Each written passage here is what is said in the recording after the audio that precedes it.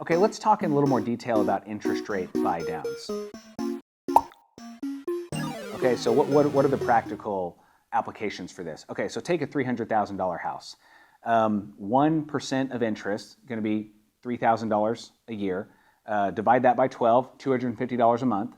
So that's the difference. If the interest rate goes up or down, that's the practical difference. If you have a loan amount of $300,000, that's the additional interest you're paying each month, $250. If the interest rate goes up 2 points, that's $500. It really starts to add up. And now, if the interest rate went up 2 points, you're paying $500 more for the same house. And that really is difficult for people to swallow. So here's some options. Interest rate buy downs. So if you negotiate the seller to pay a buy down for you, then you don't necessarily have to have any additional cash out of pocket, but you might come into the loan with 1 or even 2% in some cases lower per month. Now, often the 2% buy down is going to be what they call a 2-for-1, where it's short term, like for the first year it's 2% lower, for the next year it's 1% lower, and then the year after that it goes up to market rate. That could end up working out because no one really knows what's going to happen with interest rates. It's very possible that they go up and the Federal Reserve overcorrects and they reduce rates in the future. That's not guaranteed, but it's possible.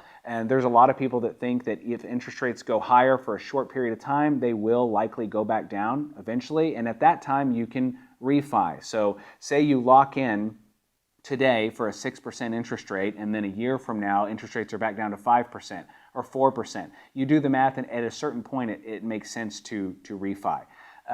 But for now, if you're trying to lock into a house today and the interest rates are high, don't forget that you could potentially get the seller to pay, for them it might cost 1 or 2 points. When we say points, we're talking about 1% of the loan amount. So again, 1 point on $300,000 is $3,000. So if the seller pays 2 or 3 points to get you either a permanent 1% buy down or a 2-for-1, then you could save some real money each month on your monthly payment and kind of weather this storm of higher interest rates, and then hopefully refi for a lower interest rate as soon as the rates drop again. So keep that in mind. A lot of people don't know about interest rate buy downs.